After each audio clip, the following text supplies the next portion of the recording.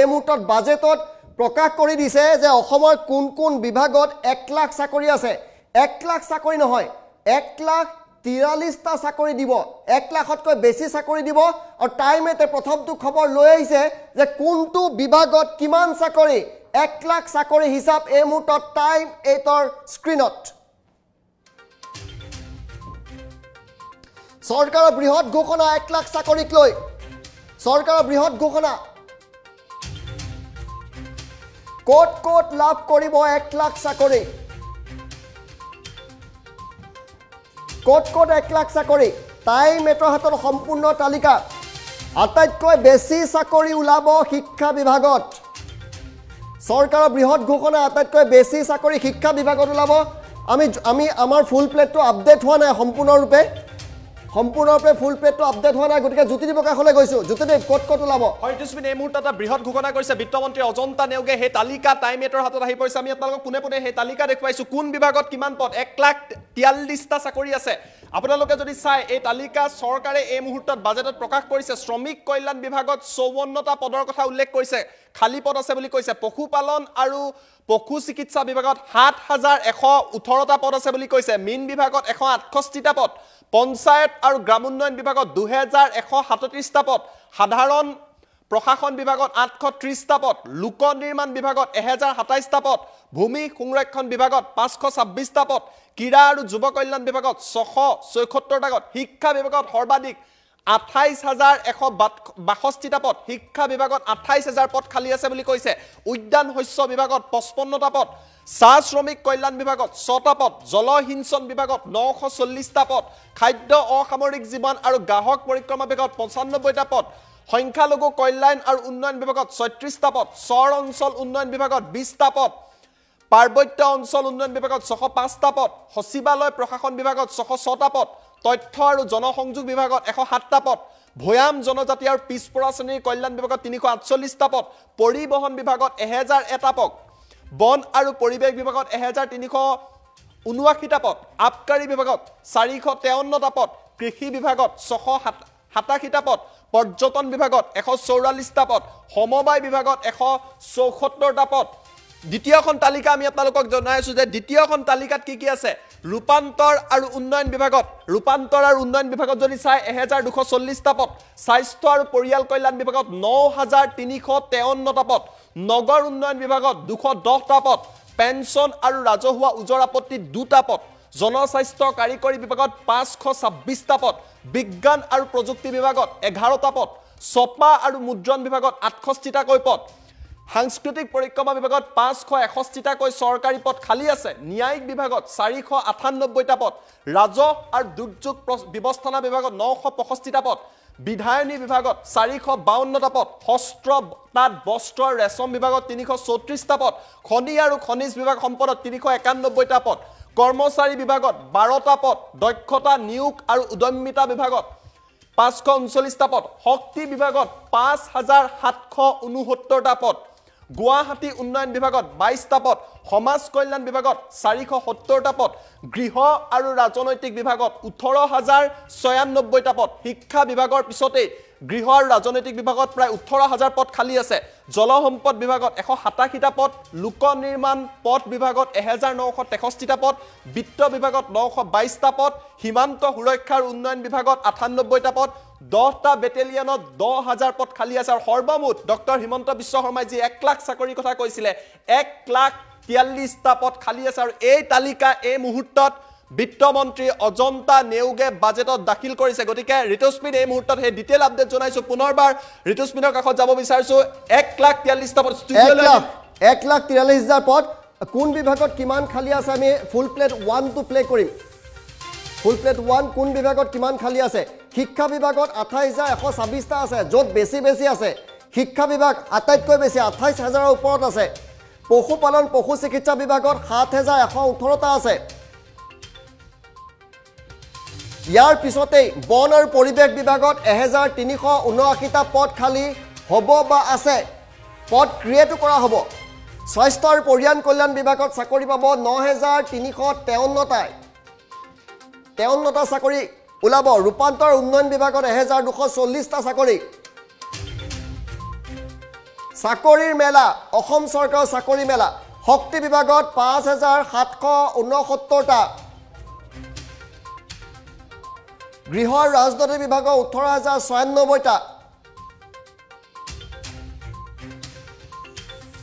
জলসিঞ্চনত 940টা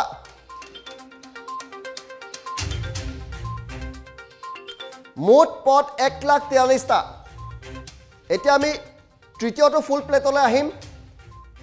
কি বিভাগত খালি আছে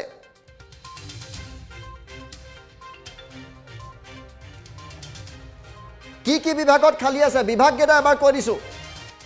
বিভাগকেইটা কৈ দিব খুজিছো আমি পুনৰ ইন ডিটেইল 1,43টা আমি হিচাপ পুনৰবাৰ দিম জ্যোতিদিবৰ কাষলৈ যাম ৰূপান্তৰ আৰু উন্নয়ন বিভাগ নগৰ উন্নয়ন বিভাগ চাকৰি ওলাব ক'ত চাকৰি ওলাব কোন বিভাগত পেনশন ৰাজহুৱা উজৰাপত্তি বিভাগত চাকৰি ওলাবলৈ গৈ আছে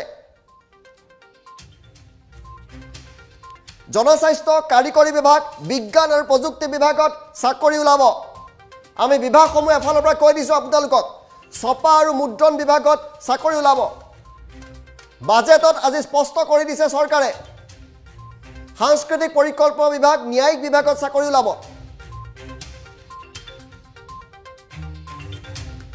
ৰাজহ আৰু দুৰ্যোগ ব্যৱস্থাপনা বিভাগত চাকৰি ওলাব চাকৰিৰ মেলা বিধায়িনী বিভাগ হস্ততাঁত বস্ত্ৰ ৰেশম বিভাগত চাকৰি ওলাবলৈ গৈ আছে কোট কিমানটা পুনৰবাৰ দেখুৱাম খনি আৰু খনিজ সম্পদ বিভাগ কৰ্মচাৰী বিভাগত তাতো চাকৰি ওলাব দক্ষতা নিয়োগ আৰু উদ্যমিতা বিভাগত চাকৰি ওলাব শক্তি বিভাগ গুৱাহাটী উন্নয়ন বিভাগত চাকৰি ওলাব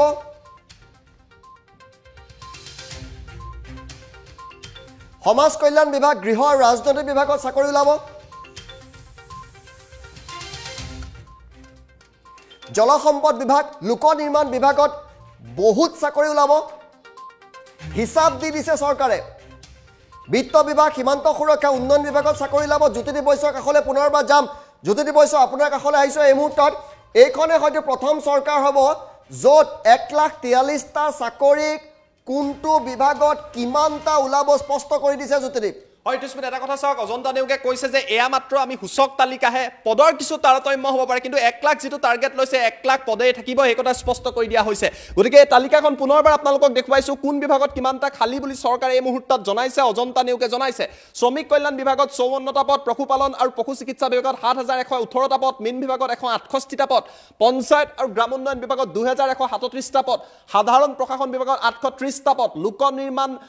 গৃহ আৰু ৰাষ্ট্ৰীয় ঘাইপথ বিভাগত 1,027টা পদ ভূমি সংৰক্ষণ বিভাগত 526টা পদ ক্ৰীড়া আৰু যুৱ কল্যাণ বিভাগত 674টা পদ শিক্ষা বিভাগত 28,162টা পদ উদ্যান শস্য বিভাগত 55টা পদ চাহ শ্ৰমিক কল্যাণ বিভাগত 6টা পদ জলসিঞ্চন বিভাগত 940টা পদ খাদ্য অসামৰিক যোগান গ্ৰাহক পৰিক্ৰমা বিভাগত 95টা পদ সংখ্যালঘু কল্যাণ আৰু উন্নয়ন বিভাগত 36টা পদ চৰ অঞ্চল উন্নয়ন বিভাগত 20টা পদ পাৰ্বত্য অঞ্চল উন্নয়ন বিভাগত 605টা পদ সচিবালয় প্ৰশাসন বিভাগত 606টা পদ তথ্য আৰু জনসংযোগ বিভাগত 107টা পদ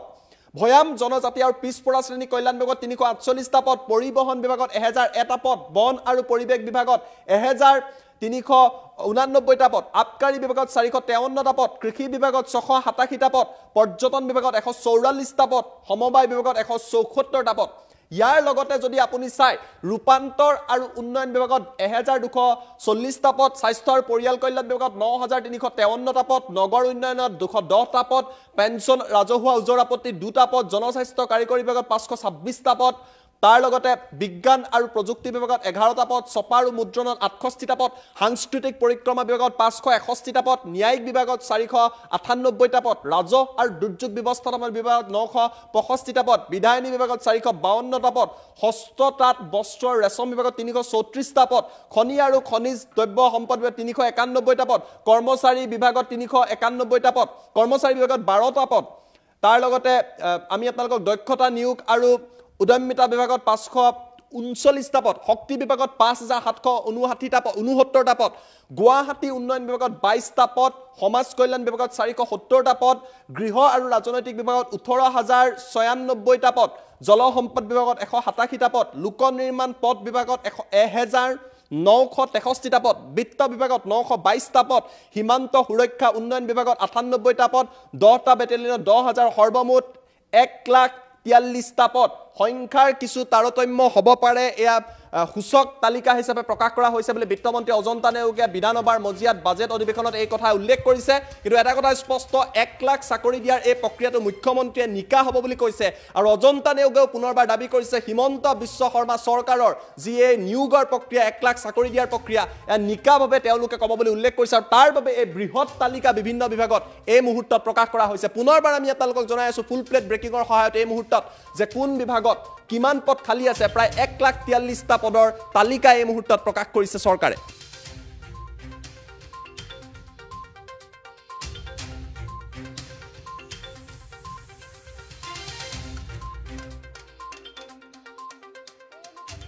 নিবনুৱা যুৱক যুৱতীসকলৰ সংস্থাপন। অধ্যক্ষ ডাঙৰীয়া, শিক্ষিত নিবনুৱা যুৱক যুৱতীসকলৰ সংস্থাপন হৈছে ৰাজ্যখনৰ বাবে এক অন্যতম প্ৰধান উদ্বেগৰ বিষয়। এই সমস্যাটোৰ নেতিবাচক প্ৰভাৱ হ্ৰাস কৰাৰ অৰ্থে অসমৰ মাননীয় মুখ্যমন্ত্ৰী ডাঙৰীয়া নেতৃত্বাধীন চৰকাৰখনে 2021 বৰ্ষৰ 11 মে তাৰিখে অনুষ্ঠিত প্ৰথম কেবিনেট বৈঠকত চৰকাৰী খণ্ডত ৰাজ্যখনৰ 1 লাখ শিক্ষিত যুৱক যুৱতীক নিযুক্তি প্ৰদান প্ৰক্ৰিয়া আৰম্ভ কৰিবলৈ সিদ্ধান্ত গ্ৰহণ কৰে। এই নিযুক্তি প্ৰক্ৰিয়া ক্ষীপ্ৰ কৰাৰ অৰ্থে মোৰ অধ্যক্ষতাত এখন কমিটি গঠন কৰা হৈছে। সেই অনুসৰি বৰ্তমান সময়ত প্ৰয়োজনীয়তা থকা আৰু প্ৰয়োজনীয়তা নথকা এই দুইটা দিশে বিবেচনা কৰি মঞ্জুৰীকৃত খালী পদৰ বৰ্তমান স্থিতি সম্পৰ্কে জনাবলৈ এই কমিটিখনে সকলো প্ৰশাসনীয় বিভাগক আমি অনুৰোধ জনাইছোঁ। এতিয়ালৈকে প্ৰায় সকলো বিভাগে তেওঁলোকৰ বিভাগসমূহত থকা বৰ্তমানৰ খালী পদ সম্পৰ্কে আৰু প্ৰয়োজনীয়তা অনুসৰি নতুন পদৰ সৃষ্টি সম্পৰ্কে কমিটিক অৱগত কৰিছে আৰু প্ৰায় 1 লাখ খালী পদ তথা নতুন পদ সৃষ্টিৰ বাবে আমি প্ৰস্তাৱ লাভ কৰিছোঁ। বিভিন্ন বিভাগৰ প্ৰয়োজনীয় খালী পদ সম্পৰ্কে আমি ইয়াত এখন তালিকাও অন্তৰ্ভুক্ত কৰিছোঁ। অধ্যক্ষ মহোদয়, যথেষ্ট দীঘল এখন তালিকা, মই তালিকাখন পঢ়া নাই, মাননীয় সদস্যসকলক ইয়াত মই হাউচতে লে কৰিছোঁ। ইতিমধ্যে আমি প্ৰায় 1,93,43 আমি ইয়াত নতুন পদৰ সৈতে পূৰণ কৰিবলগীয়া মুঠ পদৰ সংখ্যা আমি ইয়াত পাইছোঁ। এইটো মাথো এক সূচক তালিকা আৰু বিভাগসমূহে দাখিল কৰা প্ৰয়োজনীয় পদৰ তালিকা আৰু আৱশ্যকীয় আৰু অনাৱশ্যকীয় পদৰ কাৰকসমূহ বিবেচনা কৰি ইয়াৰ সম্পূৰ্ণ বিশ্লেষণ কৰাৰ পিছত প্ৰকৃত সংখ্যাৰ কিছু তাৰতম্য হ'ব পাৰে। এই সমগ্ৰ প্ৰক্ৰিয়াৰ মূল উদ্দেশ্য হৈছে সমগ্ৰ প্ৰশাসনিক ব্যৱস্থাটোক কাৰ্যকুশলতা অধিক বৃদ্ধি কৰা, সেৱামুখী কৰি তোলা। খালী পদসমূহ গণনা কৰাৰ সময়ত আমাৰ নৱগঠিত জিলাসমূহ, মহকুমাসমূহ, চিকিৎসালয় আদিৰ প্ৰয়োজনীয় পদৰ বিষয়েও বিবেচনা কৰা হ'ব। মই এই বিষয়টোৰ ওপৰত অধিক গুৰুত্ব দি ক'ব বিচাৰিছোঁ যে সমগ্ৰ নিযুক্তি প্ৰক্ৰিয়াটো যথোচিত প্ৰতিনিধিত্বমূলক গাঁথনিৰে সম্পন্ন কৰাৰ উদ্দেশ্যে এখন বিধেয়ক এই সদনত অনা হ'ব। প্ৰচলিত নিযুক্তি ব্যৱস্থা অব্যাহত থাকিব যদিও নতুন পদ্ধতি আৰু ব্যৱস্থাও প্ৰৱৰ্তন কৰাৰ ব্যৱস্থা কৰা হৈছে। সমগ্ৰ প্ৰক্ৰিয়াটো সুচাৰুৰূপে পৰিচালনা কৰাৰ উদ্দেশ্যে প্ৰাসংগিক আৰোপীও প্ৰৱৰ্তনৰ বিষয়ে বিবেচনা কৰা হ'ব। মান্য অধ্যক্ষ মহোদয়, মই এই সুযোগতে এই পবিত্ৰ সদনক আশ্বাস দিব বিচাৰোঁ যে শিক্ষিত নিবনুৱা যুৱক যুৱতীসকলৰ নিযুক্তিৰ ক্ষেত্ৰত স্বচ্ছ, নিকা আৰু মসৃণভাৱে প্ৰক্ৰিয়া সুনিশ্চিত কৰিবলৈ অত্যাধিক সাৱধানতা অৱলম্বন কৰা হ'ব, যিহেতু আমি এই প্ৰক্ৰিয়া আৰম্ভ কৰিছোঁ। অধ্যক্ষ মহোদয়, ইয়াৰ ওপৰতো মই কিছু কথা আপোনালোকক অৱগত কৰিব বিচাৰিছোঁ যে এই 1 লাখ নিযুক্তি আমাৰ চৰকাৰখনৰ ই এক অতি বলিষ্ঠ সিদ্ধান্ত। অধ্যক্ষ মহোদয়, আমি কেতিয়াও বিগত সময়ছোৱা আমি সদনত যিসকল সদস্য উপস্থিত আছোঁ সেইসকলে কাহানিও শুনা নাই যে কোনোবা চৰকাৰে এবাৰতে 1 লাখ পদ পূৰণ কৰাৰ কিবা সিদ্ধান্ত গ্ৰহণ কৰিব পাৰিছে। অতি সাহসী সিদ্ধান্ত অধ্যক্ষ মহোদয়। বৰ্তমান কোভিড-সৃষ্ট পৰিৱেশ, এই পৰিৱেশতো যে চৰকাৰখনে নিবনুৱা যুৱক যুৱতীসকলক এটা স্থায়ী সমাধানৰ সূত্ৰৰ লগতে চৰকাৰখনক অধিক কৰ্মমুখী গতিশীল কৰাৰ চেষ্টা কৰিছে। গতিকে মই পুনৰবাৰ কৈছোঁ যে এই প্ৰক্ৰিয়াৰে আমি গোটেইখিনি আমি স্বচ্ছতাভাৱে এই কাম কাজখিনি কৰি যাম আৰু আমি আমাৰ ভৱিষ্যতৰ যুৱক যুৱতীসকলৰ এটা নতুন মাত্ৰা প্ৰদান কৰিবৰ কাৰণে চৰকাৰে সকলো ক্ষেত্ৰতে আমি প্ৰস্তুত।